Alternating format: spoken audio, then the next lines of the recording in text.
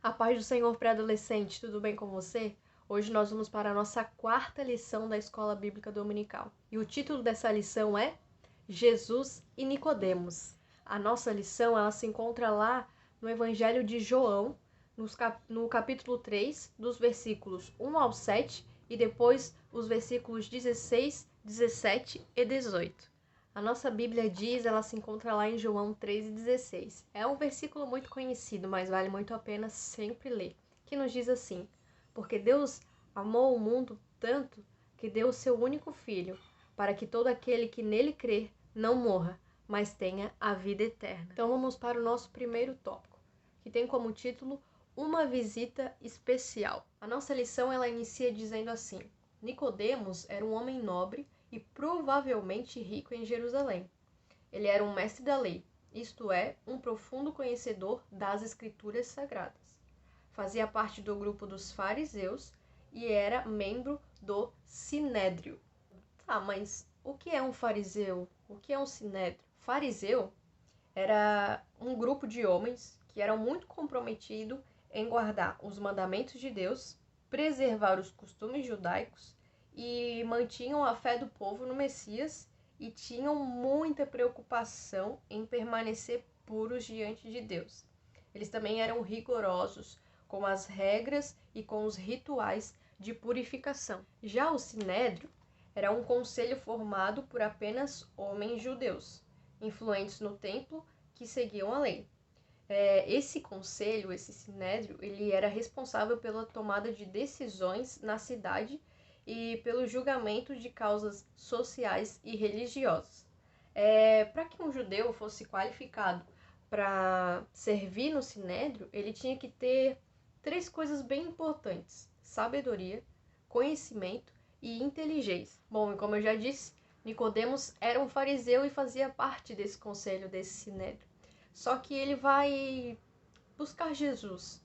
Ele vai tirar suas dúvidas com Jesus. Só que Nicodemos foi muito estratégico. Jesus ele sempre está cercado pela multidão, né? Ele sempre está falando para a multidão. E são raros, digamos assim, os momentos em que Jesus está a sós com seus discípulos ou até mesmo em particular com alguém. E exatamente nessa história de Jesus e Nicodemos é que não vai ter uma multidão e não vai ter os seus discípulos. Vai ser apenas Jesus e Nicodemos. Então, procurar Jesus à noite foi uma estratégia e um bom momento para Nicodemos estar ali com Jesus, tirar algumas dúvidas, questionar algumas coisas e conhecer. E ter um momento de conhecimento com Jesus. Abra sua Bíblia comigo e vamos ler João 3, a partir do versículo 1, que nos diz assim: Havia um fariseu chamado Nicodemos, que era líder dos judeus. Uma noite ele foi visitar Jesus e disse: Rabi, ou mestre, nós sabemos que o Senhor é um mestre que Deus enviou, pois ninguém pode fazer esses milagres se Deus não estiver com ele. Versículo 3. Jesus respondeu: Eu afirmo ao Senhor que isso é verdade. Ninguém pode ver o reino de Deus se não nascer de novo. 4. Nicodemos perguntou: Como que um homem velho pode nascer de novo? Será que ele pode voltar para a barriga da sua mãe e nascer outra vez? Jesus disse: Eu afirmo ao Senhor que isso é verdade. Ninguém pode entrar no reino de Deus se não nascer da água e do Espírito. Quem nasce de pais humanos é um ser de natureza humana. Quem nasce do Espírito é um ser de natureza espiritual. Versículo 7. Por isso, não fique admirado, porque eu disse que todos vocês precisam nascer de novo. E aqui nós vamos para o nosso segundo tópico, que tem como título Uma conversa franca sobre o reino de Deus. O fato é que Nicodemos era muito qualificado. Lembra que eu falei que um judeu, para participar de um sinédrio, tinha que ter aquelas 3 características que eram muito importantes? Bom, Nicodemos era um desses, tinha essas características, mas ele era incapaz de perceber as questões espirituais, sabe? Tudo aquilo que estava na natureza espiritual. Nicodemos não estava entendendo. E a nossa lição vai dizer assim, nesse primeiro parágrafo: Jesus, em todo o seu ministério, ele vivia cercado de multidões. Centenas e centenas de pessoas ouviam as suas pregações e ensinamentos. Mas nessa história, porém, vemos o Salvador dedicando-se a pregar para apenas um ouvinte, Nicodemos. E nessa mensagem, Jesus Cristo ensinou profundas verdades espirituais. A primeira delas é sobre o reino de Deus. O povo na época de Jesus estava sob o domínio do Império Romano. E eles sabiam das profecias que estavam no Antigo Testamento, certo? Que estavam na lei sobre o Salvador prometido, certo? O Messias que viria. E para eles seria alguém de família nobre, sabe? De família rica, que fosse inteligente, que tivesse sabedoria, conhecimento, que dominasse, quem sabe, todas as culturas de guerra, de militarismo e tudo mais, pois eles achavam que viria um homem para implantar um reino terreno. Só que Jesus não veio para isso, certo? A nossa lição ela nos diz assim, ó: quando Jesus veio ao mundo, muitas pessoas tiveram dificuldades em crer nele como o Cristo, porque ele nasceu como um menino, cresceu em uma aldeia simples e em uma família pobre. Não era um guerreiro, nem mesmo um príncipe, tampouco um diplomata. Deus contrariou as expectativas humanas. Ao invés de restabelecer o antigo reino israelita, ele implantou o seu próprio reino. Então, as pessoas tinham essa dificuldade em crer, pois elas já haviam mentalizado na sua mente que viria um homem, sabe? Que viesse de uma família real, que tivesse domínio sobre tudo aquilo que eu já falei, sabe? Mas Jesus não veio para isso. E exatamente sobre o seu reino que ele está explicando para Nicodemos, ele vai falar primeiramente que o reino de Deus não é algo material, ou seja, não é algo físico, não é algo que eu posso pegar, certo? Não é algo que eu posso tocar, como eu faço aqui agora. Não. É um reino espiritual, certo? Não tem uma sede. A nossa lição fala, não se limita a esta vida. E ele não pode ser destruído. Vamos ver lá em Lucas, no capítulo 17, os versículos 20 e 21. Nos diz assim: alguns fariseus perguntaram a Jesus quando que ia chegar o reino de Deus. Ele respondeu: quando o reino de Deus chegar, não será uma coisa que se possa ver, certo? Ninguém vai dizer, vejam, aqui está, ou ali está, porque o reino de Deus está dentro de vocês. Ou seja, o reino é um lugar onde o rei governa, certo? Então, quando eu aceito a Jesus, eu estou abrindo o caminho para que o reino de Deus ele reine sobre a minha vida, ele tenha domínio sobre mim. Era isso que Jesus estava querendo dizer para aqueles fariseus: olha, não está ali, não está aqui, ele está dentro de vocês. Vocês que aceitam, né? Vocês que me aceitam como Salvador, que crê nas minhas palavras, o reino de Deus está dentro de vocês. O reino de Deus é um reino totalmente espiritual. É algo invisível, não consigo tocar, mas pela fé eu consigo alcançá-lo, eu consigo recebê-lo. Por isso, não é um reino material, certo? Outra característica sobre o reino de Deus é que ele não é um reino partidário, ou seja, ele não está excluso apenas para um grupo de pessoas. Ele está aberto para todas as pessoas, para todos os povos, aqueles que desejarem entrar nele. Está lá em Romanos, capítulo 10, versículo 12 e 13. Vamos ler? Versículo 12 nos diz assim: isso vale para todos, pois não existe nenhuma diferença entre judeus e não-judeus. Deus é o mesmo Senhor de todos e abençoa generosamente todos os que pedem a sua ajuda. Versículo 13. Como dizem as Escrituras Sagradas, todos os que pedirem ajuda do Senhor serão salvos. Então, esse é uma característica do reino de Deus. Não é um reino partidário, não é esquerda nem direita. É um reino que é aberto para todos que desejarem entrar nele. Outra característica que Jesus fala sobre o reino de Deus é a questão da justiça. Né? A nossa lição diz assim, ó, que toda forma de injustiça e maldade é reprovada. Nele, ou seja, no reino de Deus, não há exclusão de pessoas, está aberto a todos, mesmo aqueles que são desprezados pela sociedade. Olha só, esse reino é maravilhoso. É um reino espiritual, não é material. É um reino que é aberto para todos, não é um reino partidário. E ele também é um reino de justiça. Não há exclusão de pessoas. Quem sabe você está se sentindo excluído, quem sabe a sociedade, seus amigos, não sei, algo te faz se sentir excluído. Mas entenda que quando você fala ou pede para que esse reino habite em você, para que ele reine em você, não há exclusão. Ele te abraça por completo. Abra sua Bíblia e vamos ler Lucas, capítulo 6 e versículo 20. Nos diz assim, versículo 20.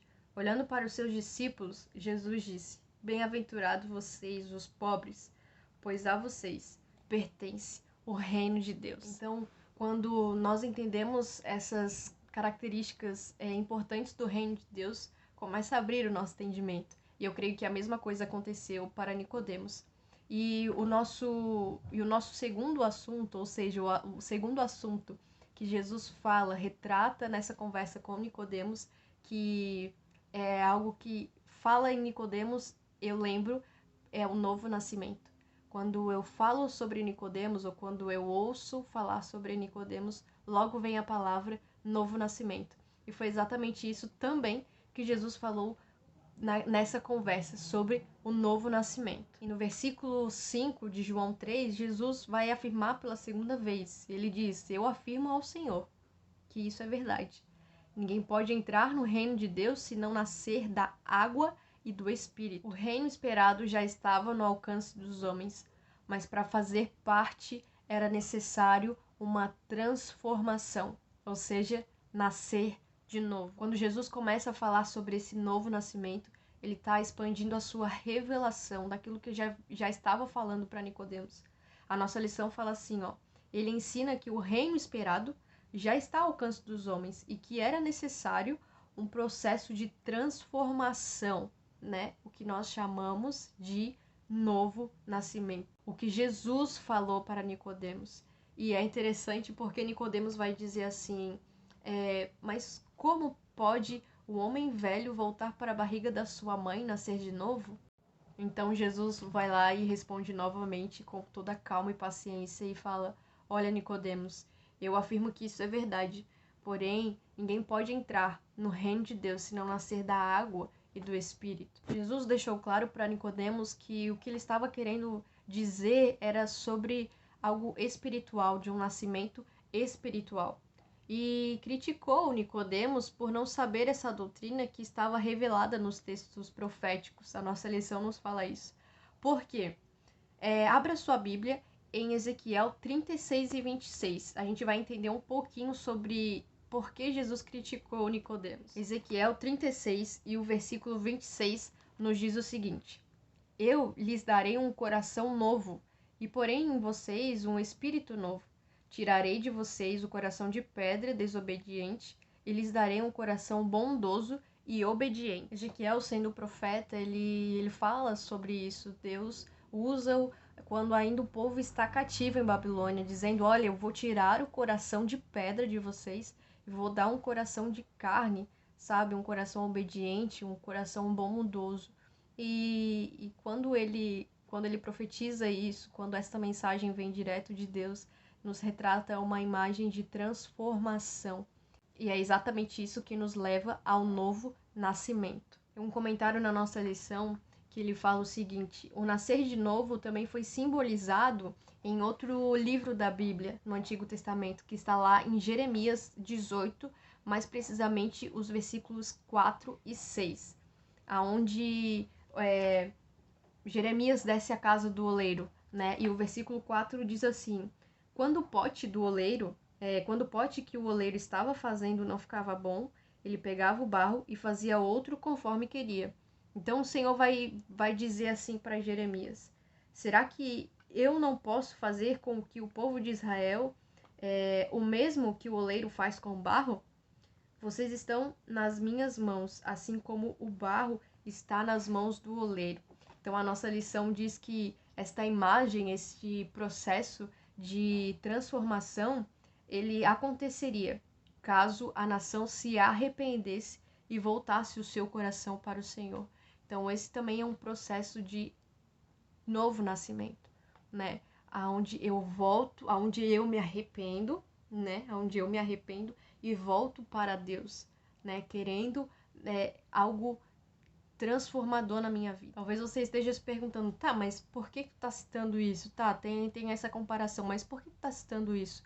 Porque Nicodemos era um conhecedor da lei, certo? E ele sabia de todas essas profecias aqui que eu falei, dessas duas profecias. E ele era um conhecedor da lei. Lembra que Jesus criticou ele? Jesus falou assim, poxa, Nicodemos, mas tu não é conhecedor da lei? Tu não sabia disso? Tá lá escrito, Nicodemos, como que tu não sabe dessas coisas? O que isso, né, traz de lição para nós? Eu até anotei aqui, ó, que não basta eu somente ler a Bíblia, não basta somente eu saber, né, a Bíblia de cor, desde Gênesis a Apocalipse. Não, mas eu preciso que a minha mente, em cada livro desse, ela tenha que sair transformada, ela tem que ser transformada, certo? Não basta também eu estar em todas as escolas da EBD. Eu preciso sair de todas as aulas com a minha mente transformada. A palavra, ela não volta vazia. E ela pode nos confrontar, ela pode nos aconselhar, ela pode mudar, ela pode consolar, ela pode muito, porque é a palavra do Senhor. Então, quando eu ouço, quando eu dou ouvido à sua palavra, quando eu tomo ela para mim, quando eu deixo ela entrar e transformar a minha mente, ela causa esse processo de novo nascimento. O último parágrafo da nossa lição, ele nos diz o seguinte: nascer de novo da água e do Espírito, onde Jesus já tinha confirmado a segunda vez para Nicodemos, ela significa ter a maneira de pensar, o coração e o caráter transformado pela palavra de Deus.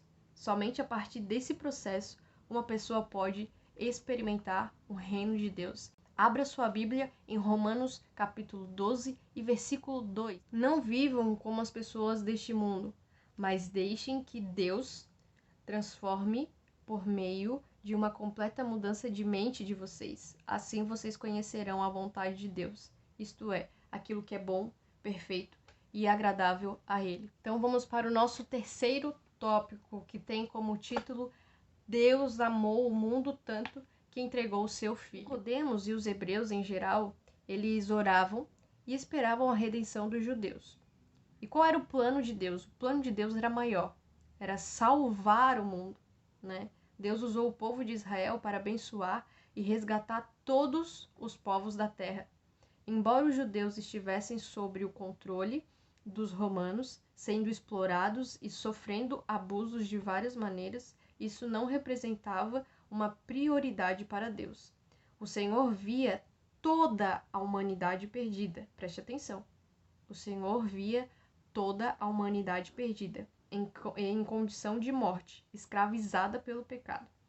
Todos os homens e mulheres precisavam ser salvos do mais terrível perigo, a separação eterna de Deus. E o que a gente pode ver aqui é que ele não desistiu. Ele não desiste, nem de mim, nem de você.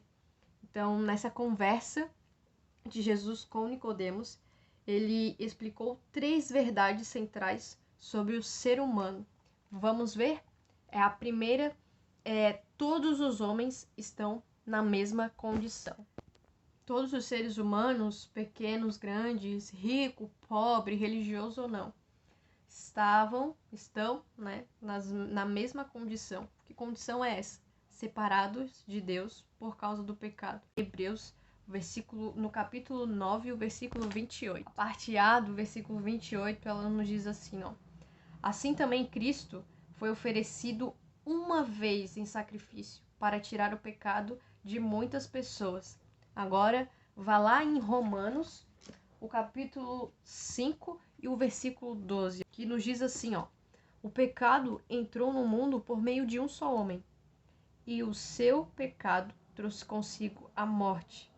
Como resultado, olha só, como resultado, a morte se espalhou por toda a raça humana, porque todos pecado. Sendo assim, nós vamos para a segunda verdade que Jesus fala a Nicodemos, que o reino de Deus, ele tornou-se acessível por causa dessa iniciativa de Deus, que foi entregar o seu Filho.